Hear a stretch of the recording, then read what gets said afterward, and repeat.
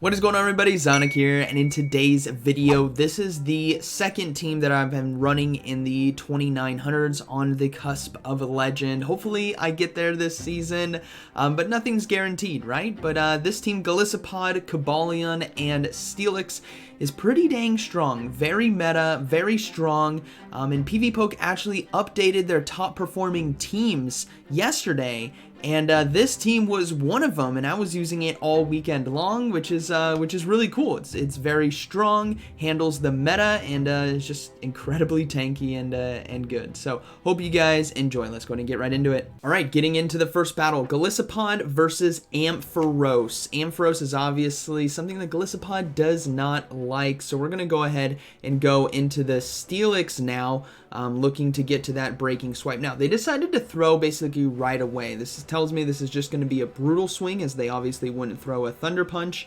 And they do swap in an Abomasnow, which I actually haven't seen in the Ultra League in a long time. But the fantastic thing about Abomasnow is Steelix likes it. Steelix really likes it in the Ultra League because of breaking swipe. We are so far ahead. I have double debuffed this Abomasnow that the energy ball or weather ball, whatever's going to be hitting here, is not going to do that much damage. Weather ball, absolutely nothing. So we can easily take switch in this situation. So we're going to go ahead and just let these go through.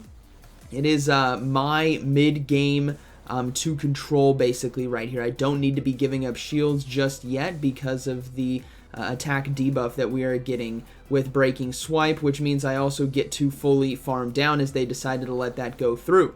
Now they come back in with Aeros, which is great too because I can just continuously debuff right here. We are resisting Volt Switch, so they can't farm me down, so they're gonna have to throw. And they have a Shadow Dragonite in the back, so Steelix is just putting in way too much work here in game one. I've said this before. My IVs on my Steelix over there are not the best when it comes to PvP IVs for the Ultra League, but it doesn't matter. Steelix is that good. It has carried me so far. I absolutely love that Pokemon. Now, we swap in the Golisopod here against the Dragonite because this is somewhat of a nice neutral matchup with Shadow Claw and Aerial Ace, so we can go ahead and safely double shield. My guess is that the Aeros is running Brutal Swing and Thunder Punch. They could have Focus Blast, but I'm gonna risk it that they don't, and they do decide to bring in the Aeros and throw the charge move right away. Now I still have my Steelix for a sacrificial swap. And sure enough, they do have Thunder Punch. So that's going to be a good game. Cobalion can easily take it right here, as they won't be able to get to a focus. They don't have a Focus Blast. They've already shown they only have Brutal Swing and Thunder Punch. So we can get to the Stone Edge in time, and that is going to be a good game. Very well played. Boom! Down it goes. Steelix obviously put in work for me in that first game. Alright, moving into the next one. Alolan Sandslash on the lead. Pretty good lead. We resist basically everything. They swap in a Haxorus, so I'm going to go ahead and bring in the Steelix. Now, this is a counter Haxorus as well, the fast move of counter, but they will decide to go for breaking swipe here, which Steelix doesn't mind. I'm doing a lot of super effective damage back at them. It doesn't matter if they debuffed me. This Steelix shreds. Dragon Tail and breaking swipe, I'm telling y'all, is such a good combination that we can safely let this go. Now, we've successfully taken switch, but the Sandslash is going to get a lot of energy right here. So what I'm looking to do is hopefully get to this Earthquake in time, and I'm also going to shield. This does two things for me. Firstly, they're going to have to throw another drill run to take me out, so hopefully they do it right away.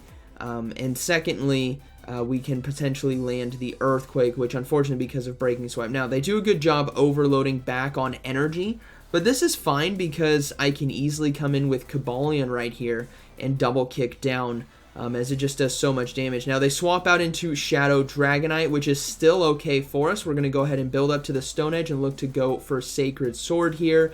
Still does quite a bit of damage even though it is resisted, but obviously we want to try to shield bait as best as we can. And remember, we still have Golisopod in the back, which resists everything there on the Alolan Sandslash, besides the fast move, which is Shadow Claw. So I'm going to go ahead and shield just in case it is superpower.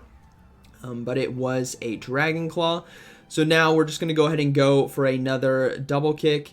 Or not a double kick, sorry, Sacred Sword. I'm going to swap back out after banking a charge move. I'm going to look to go for the Aerial Ace, and this is probably going to be a good game as they'll probably be swapping out, but we do get the Aerial Ace here, which is fine. This does quite a bit of neutral damage and should get the Dragonite low enough that we can farm down, but they will counter swap back out into Sand Slash, and if they throw right here, we have the liquidation ready to go. So this is going to do quite a bit of damage.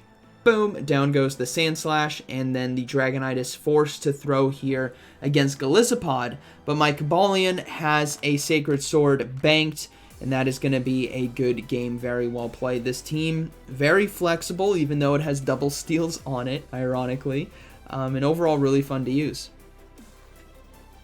Alright, moving into the next battle, we have Golisopod versus Shadow Swampert on the lead. So this is another really nice lead that you guys will be facing off against, and they swap in a Virizion, which is great too.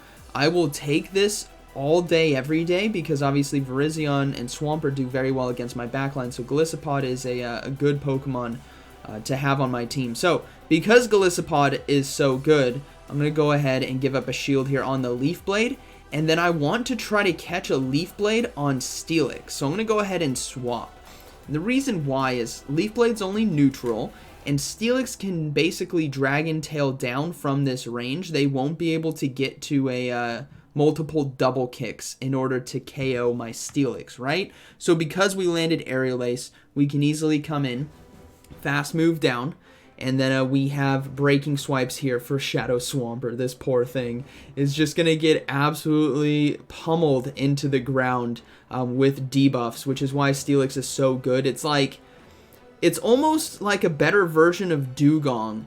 For the Great League, Dugong's very strong and very meta in Go Battle League and the Great League, but in the Ultra League, Steelix is like, it puts in the work where it needs to be, and I think it's because of that added steel typing to help out in the ground typing as well. So Swampert finally gets to throw a charge move. It is going to be the Hydro Cannon, and then we're going to come back in with Golisopod, and they have a Cobalion in the back. So my win condition here is basically with my own Cobalion later on, but we're going to go ahead and go for Liquidation, and then I'm going to try to see if I can catch a Stone Edge. I'm always risky right here, but if I catch a resisted Stone Edge, then that's going to be beautiful. So they throw the first charge move. It is going to be Stone Edge, which is fine. We're going to go ahead and look to go for the Liquidation, and then we might get a bit risky here. We might get a shield as well, which we do. So now we're going to see if we can catch it. So I swap, and I don't catch it. Unfortunately, it's like, oh, when things backfire, they backfire really bad. But thankfully, Sacred Sword isn't enough to KO, and we do get CMP tie, which means I actually survive. Hopefully, I think I survived this Sacred Sword right here with like 2 HP, and I can go for the Mere Sacred Sword, which is perfect. Remember, Shadow Swampert is so low that they won't be able to survive a charge move. So I go for the Aerial Ace right away, but by doing this, the Cobalion in the back, I KO the Swampert. The Cobalion in the back just doesn't have enough energy to win, so they do decide to surrender. So good game. Alright, moving into the next one, Jalis on the lead. Okay, so Jalis, kind of tough to deal with on this team. We have a lot of good answers, but nothing that's a hard answer. There's nothing that's going to be resisting, right? If we had a Greninja, we'd be sitting really good, right? But unfortunately, we take a lot of neutral damage, whether it's Shadow Ball or Surf on this team, so you got to kind of balance your Pokemon based on that. So I'm going to go ahead and shield, and it is a Shadow Ball. So that's a huge amount of energy blocked right there, and really puts the pedal to the metal here for the Jalis. I'm going to look to spread the damage if I can by trying to catch the next Shadow Ball on Steelix, but unfortunately I don't get it. I think I might have mistimed it right there, but that's okay. As we can go ahead and tank 2 Surfs. They're going to get it. It's fine, but this is why Steelix is so tanky, is I can easily soak this energy. And like I said, Jalis is a problem for this team if not handled early and not kind of spread out. So now we got to see what they have in the back, and they have a Nidoqueen. So we're going to go ahead and build up to the Earthquake and look to go for the double breaking swipe. For some reason, though, Nidoqueen, well, I guess Nidoqueens, they just never shield anyways. because the Earthquake wouldn't KO. But Breaking Swipes right here are really going to start adding up, and Switch Clock is out of sync, so I actually have it coming back. So I might look to swap, but unfortunately we do CMP tie right here. So I decide to shield. This is risky, but I'm going to go ahead and throw the Breaking Swipe here. And I'm very curious to see if my Steelix has play in the back end. So I'm going to go ahead and swap back out into Golisopod, and there is a Tentacruel in the back. So this is, I mean, an ABB line, basically, double poison. I have seen Tentacruel and Nidoqueen combination quite a bit. So something like Swampert would do very well here with the Earthquake and Hydro Cannon. But unfortunately, I don't have it on my team right now. I have double Steels, which is nice for the resistance in terms of fast moves of Poison Jab, but it's not nice in terms of the resisted damage that I do with Cobalion, right, because of the poison typing. We're going to be able to, unfortunately, well, we do get quite a bit of damage down here on the Tentacruel. Cobalion is still healthy. Nidoqueen is what I need to worry about, and they fast swap in right away. So this is obviously a rough situation here as Earth Power does land, but we do survive. So now I'm going to risk it and commit to the full farm down. We have quite a bit of energy, so I decide to go for Sacred Sword as they're going to be forced to throw a charge move here. And Sacred Sword hopefully gets a shield. It does. I counter swap into Steelix and go for the Breaking Swipe. And remember, because I got the shield bait there with Sacred Sword, I should be able to get to another one in time here against the Tentacruel as they're forced to throw the Scald in order to take me out. And this is what I found with the Ultra League playing over the years, is that there's a lot of bulk on Pokemon, and you can dance your way through matchups as we KO the Tentacruel. So that is going to be a good game, very well played. Alright, moving into the next one, Shadow Swampert on the lead. Okay, so good lead matchup. The opponent this time does not decide to swap out, so I'm curious if they are core broken in the back, and in fact they are. So they swap in. I mean, I was going for liquidation anyways, so I'm happy to land that, but I'm going to counter swap now into Steelix as I can easily farm down right here with Dragon Tail. Blast Burn will hurt, so I will give up a shield. And the Swampert in the back as well is going to have to throw energy against us. But again, applying Breaking Swipes to a Swampert is super beneficial for Golisopod coming back into that matchup. And this Swampert is going to have to throw an Earthquake and a Hydro Cannon to take me out after that Breaking Swipe debuff. Which is now a tall order for them because they have to dump all their energy. As you guys can see, Earthquake not enough to take me out. I get to another Breaking Swipe. This is, again, Dragon Tails are adding up. Breaking Swipes are adding up. Steelix is by far been my favorite Pokemon to climb with. And as I counter swap back into Golisopod, as I thought maybe there might have been maybe a Dragonite in the back and I could use some of that Dragon Tail damage.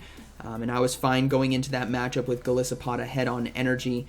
But unfortunately for my opponent, it is going to be an Umbreon. So obviously Cobalion is going to be taking this game for me. I can easily let these foul plays go through. I still have my Steelix as well. We got the defense drop with liquidation on the last charge move, which is perfect. And we get 2 shields. They are desperate to keep, and we got double defense drop right there. They're desperate to keep this Umbreon alive, but unfortunately they don't know what I have in the back, and it's kind of like a checkmate situation. So I'm going to go ahead and go for liquidation here, and then we need to get into this Cobalion before I get farmed down. But they actually counter swap into Swampert, which saves me.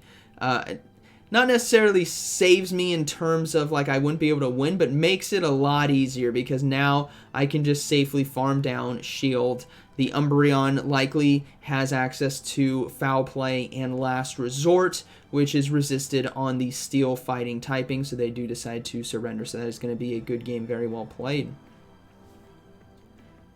Alright, moving into the next one. Virizion on the lead. Pretty nice lead right here. Happy to see it. Because of the damage that we can do with Aerial Ace, but I gotta be cognizant that they could have stuff, weak in the back to Golisopod. And sure enough, they do. They have a Steelix. So I'm going to go ahead and go for Liquidation here, just to apply some super effective pressure. Maybe get a shield if I can, but they don't. So I'm going to go ahead and I don't swap out right away. So this was a mistake on my end, and I have to try to make a recovery from this because I shouldn't have tanked that breaking swipe. So I'm going to store the Aerial Ace, come in with my Cobalion, and see if I can overcome and kind of take this game back. Because ideally what I should have done is just come in with Cobalion right away. Right, that is the ideal move because coming into a Steelix, double breaking swipe, sorry, not breaking swipe, Sacred Sword KOs. And now this Virizion actually has an opportunity to load up on energy. So we'll have to see how they decide to play this in terms of damage done. And I'm watching this back, and I'm actually not getting excellence, which is unfortunate right there. But, you know, we weren't going to take it down anyways, but every little bit of damage matters. So we're going to go ahead and no shield right here. We want to save our shields for the Golisopod, as it has quite a bit of energy still, and we want to save it for Steelix, as if this Virizion is the only answer to Steelix, then we're obviously looking good in the end game. So I decide to bring in Steelix right away, hoping they would blind throw. Again, a situation like before where they can't get a lot of charge moves off because I can fast move down. And we save that energy, and they do decide to surrender. So that is going to be a good game, very well played. Alright, moving into the next one, Golisopod versus Tapu Fini. Tapu Fini, again, one of those Pokemon much like Jalis, where it's something that you got to use your team in order to take down, and ideally you got to leverage the Cobalion and the Golisopod here. Cobalion with Stone Edge and Golisopod with Shadow Claw and Aerial Ace in order to get rid of it so that Steelix has a better time, because Tapu Finis are ultimately Steelix hunters. That's what they're looking to do. So I'm going to go ahead and shield. It is the Moonblast, which is great. That's a lot of energy blocked. If it's a shield bait, obviously things get a little bit more dicey. So we're going to go ahead and take the Aerial Ace damage here, and we should be able to get to another one, but they swap into Charizard. So they do a great catch here in terms of neutral damage instead of super effective, but we get a shield anyways, so thankfully we get that, and we come in with Steelix. We're going to go ahead and go for Breaking Swipe. Now, Charizard can do a lot of damage with Blast Burn, but I don't necessarily need to shield the first one because they have to throw another one to take us out. They can't throw Dragon Claws here, especially with the Breaking Swipe debuff, as Wing Attack is not doing enough damage. So they're going to have to throw another one, which is fine by me, as this is going to be CMP tie. And again, I need Cobalion and boom, I need Cobalion and Golisopod to try to win this game for me, because there's still the Tapu Fini that we have to deal with. So we're going to go ahead and come in with that Cobalion and load up on energy. Wing Attack isn't doing that much damage. I do need to watch out for Blast Burn. Obviously, gotta respect it. It is super effective damage. And we're just going to go ahead and see how much energy we can build. I'm just gonna pull the trigger early here on Sacred Sword. Try to get rid of the Charizard, and let's see what they decide to come in with. It is going to be Skeledirge. So we get a Stone Edge here. This is super effective, which is really nice. This is either going to get the final shield or it lands. And we're going to counter swap now into Golisopod, because we can get to the Aerial Ace before they get to the Disarming Voice. This puts them in a very tough position where they're forced to shield. Reason being, if they didn't and we take out the Skeledirge, the Tapu Fini comes in and has to throw multiple Moonblasts. And they do come in anyways and farm down. But my Cobalion right here, thankfully, is part Steel, right? Steel fighting, so we only take neutral damage from Moonblast, which means we survive. That means we can double kick down, and we can go for the almighty Stone Edge right here, but they decide to surrender. So good game, very well played. All right, moving into the next one. Last game. Shadow Alolan Sandslash. So really good lead. We have two good answers for this, and the Earthquake as well on Steelix is very nice, but ultimately we like seeing Alolan Sandslash on the lead because we resist Ice Punch and Drill Run because of our Bug Water typing. It's a really nice combination, but the Shadow Claw does add up. As you guys are seeing, they already got us to about 50% HP, which is obviously still a lot in a matchup where our typing is or our moveset resistances should be outplaying them. So they still get us relatively low in this matchup. So I'm going to go ahead and go for Liquidation. I don't think Aerial Ace is just enough to KO, and I don't want to be messing around right here. So we do take out the Alolan Sandslash. They swap in a Tentacruel, so I'm going to go ahead and bank an Aerial Ace and counter swap into Steelix. The reason why is you never know if you need an Aerial Ace in the end game or a sacrificial swap. That Aerial Ace here wouldn't do a lot, but a sac swap and a potential coverage move, you never know what they could have back there, could really help us out. So I'm going to go ahead and shield the Scald, and I'm going to go ahead and look to go for Breaking Swipes. This is obviously just going to be doing some nice neutral damage. We get a shield as well, which is huge, and now we get the freedom here to go for the Earthquake, and this is where devastation happens. Steelix, the Rumble, boom, see ya! And the final Pokemon is going to be a Drifblim. So this Drifblim right here is thankfully the last Pokemon. If you guys didn't know, you stuck around all the way to the end, I appreciate it. We counter swap and we throw the Liquidation as well, so this is a great charge move that we can land for free. And now we're looking pretty good. But going back to my point about the Breaking Swipe on the last Pokemon, if you guys didn't know, when you apply a debuff to a Pokemon or a buff, whatever it is, your stats go up or down based on the move that your opponent did or you did. So if you did Power Up Punch on your Medicham or your opponent did a Breaking Swipe on you, if you don't swap out, you can't clear the debuff. There's nothing you can do. But if you swap your Pokemon out, the buff goes away when they come back in, or the debuff goes away. In a situation like that, boom! Drifblim can't swap out, so it's stuck with that debuff, which means it lets us win the end game a lot easier. So, hope you guys enjoyed today's video. This Golisopod team is incredibly strong, again, top performing on PvPoke, and I had a lot of fun using it this weekend. So, like always, thank you for watching, and I'll see you in the next one.